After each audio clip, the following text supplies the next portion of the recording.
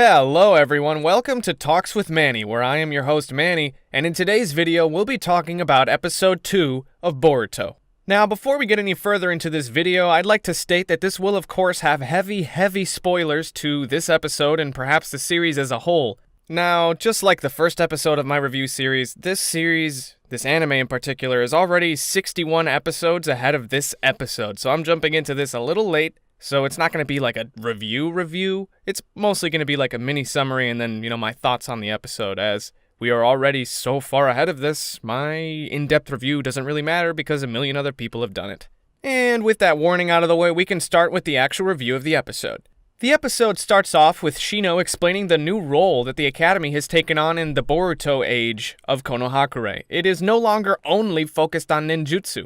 Instead, it allows for a much broader curriculum of classes. Which also means that you just can't go running around and doing the clone jutsu in order to graduate. Now you have to actually pass other classes like math, English, and, basically anything you would take in high school. And so, Boruto returns from his 2-week suspension, and upon arriving in class, the other students begin to gossip about him, talking about how he's the Hokage's son, so of course he wouldn't get more than just a slap on the wrist. Boruto decides to ignore them until Inojin walks by and bluntly says what everyone else is thinking. Like the absolute dick that he is. In the beginning, at least.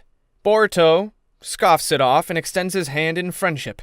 And then Inojin slaps it away, saying that he finds him untrustworthy. Again, what a dick. Sumire, the class rep, sees their growing tension and tries to defuse the situation, but she's cut off by Shino's entrance into the classroom.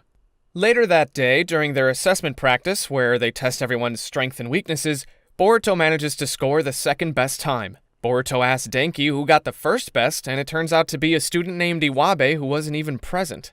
Boruto later tries joining the other students for lunch, but they hurry out of the classroom and tell Boruto to do the same. Boruto says, "Nah, it's fine, we'll stay in here if they're all leaving." And Iwabe comes out of nowhere because he's laying down in the desks, and antagonizes Boruto over being the Hokage's son. He starts blaming the Academy going soft as his excuse for flunking twice. Iwabe continues to antagonize Boruto, and Denki rises up to his defense. Iwabe is angered by this and tries to strike Denki, but Boruto comes in just before he hurts him, and then challenges Iwabe to a fight. Boruto's classmates do what basically any classmate would do in a high school fight situation. They gather around and watch nervously. Inojin is, however, slightly amused by this, because he's an absolute dick. Shino arrives to an empty classroom because they keep on giving him the short end of the stick in this series. And on the other side of the school, the fight begins in the fight arena. Now, Iwabe starts the fight off by saying that he won't even need to use his weapon to defeat Boruto, as he's just riding on his father, the Hokage's coattails. However, Boruto and Iwabe continue to trade hands and use impressive ninjutsu at, their skill level, considering they're not even Genin yet. And they're just impressed by each other's skills. Boruto being able to use shadow clones despite having no training, and Iwabe's skilled taijutsu and his use of the substitution jutsu, which really shouldn't be all that surprising. Throughout the fight, Iwabe starts expressing his frustration at his failure to graduate due to failing non-shinobi-related classes, and after Boruto lands a solid strike, Iwabe's frustration grows and he starts reaching for his weapon, and he uses Earth Release to create an Earth Hammer. However, Inojin swoops in and takes the hammer out of his hand using his Super Beast Scroll ninjutsu, and he starts pointing out that Iwabe broke his own rule.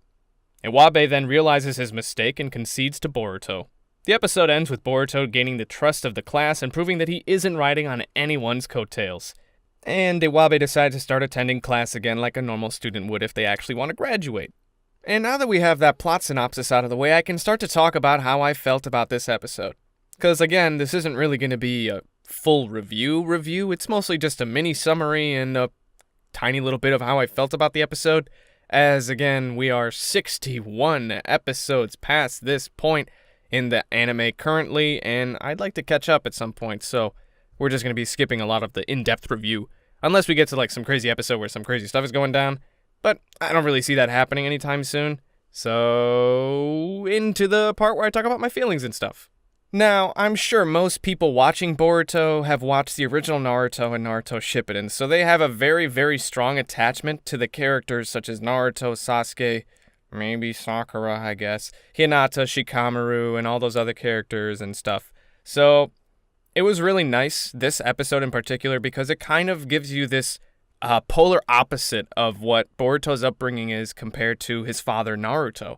Because if you compare their childhoods, Naruto was an orphan and a social pariah, while Boruto is spoiled and has 2 loving parents and a kid sister. It's really, like, it's completely flipped. So you get to see how Boruto is facing different problems in his childhood than his father faced. So everyone expects that, he's just riding on his dad's coattails, basically. I don't know why they keep saying that, but that's what they want to say. So people think that Boruto isn't actually strong. He's just, living off of his dad's achievements. And it's not easy considering his dad is literally a freaking god of shinobi. I mean, Naruto is crazy powerful. So it's fair that they would think that Boruto isn't even close to being able to do anything on his own, considering he has that strong of a father, right? But Boruto doesn't exactly feel that same way. He actually sets out and tries as hard as he can to prove that he's his own person and he relies on his own strength. So he continually tries to prove this to people, that, he's Boruto, not Naruto. And I think that's a very good distinction to make, especially this early into the series, because a lot of people don't like Boruto because they feel like he's been given too much, considering, he has 3 chakra natures and this weird dojutsu that isn't explained yet that seems really weird. And I guess, super mini spoiler about the movie here, but he gets a curse mark. So, I mean, people just feel like he's been getting too much stuff, whereas Naruto didn't get it. But I'd like to point out the fact that Naruto as a baby was part of the Uzumaki clan that had incredibly powerful chakra. He was born to a woman who had the 9 tails inside of her, and then given half of the 9 tails as a baby, and then not only that, managed to master the Shadow Clone Jutsu that was like a forbidden jutsu that even the first Hokage, the guy who captured all the tailed beasts and gave them away, 8 of them, he didn't give away the 9 tails, he gave them all away, and he thought that the Shadow Clone Jutsu was too freaking strong a jutsu, he had to be forbidden. No one else can use it, it kills people.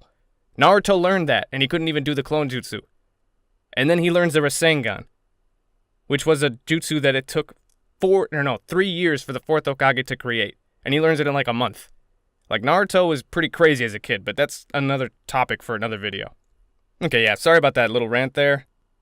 Basically, Boruto is just trying to prove that he's his own person and that he's able to quickly and without any hesitation rise to any occasion to protect his friends, as he does with Denki by challenging Iwabe to a fight, and then gaining the trust of all of his classmates because, he challenged this crazy repeater guy who's like incredibly powerful, top best in the class in taijutsu and ninjutsu, and Boruto challenges to him fight and then is able to hold his own. So, yeah. Not only that, the class atmosphere does seem to improve after Boruto proves himself in that fight. So it seems like everyone's getting a little bit closer and Boruto isn't as weird as he's not gossiped as much. And actually, now that I mention that, Inojin near the end of the episode calls a bunch of students pathetic for still blaming Boruto for being the Hokage's son. So, I mean, there's that. Inojin becomes a little less of a dick. And that about wraps up my entire thoughts on this episode. That's pretty much all I got for you today, guys. Don't forget to like if you enjoyed the video, dislike if you didn't like it, and maybe leave me some constructive criticism down in the comments below. Also, don't forget to subscribe if you'd like to see more content like this in the future. That's all for today, guys. Peace out.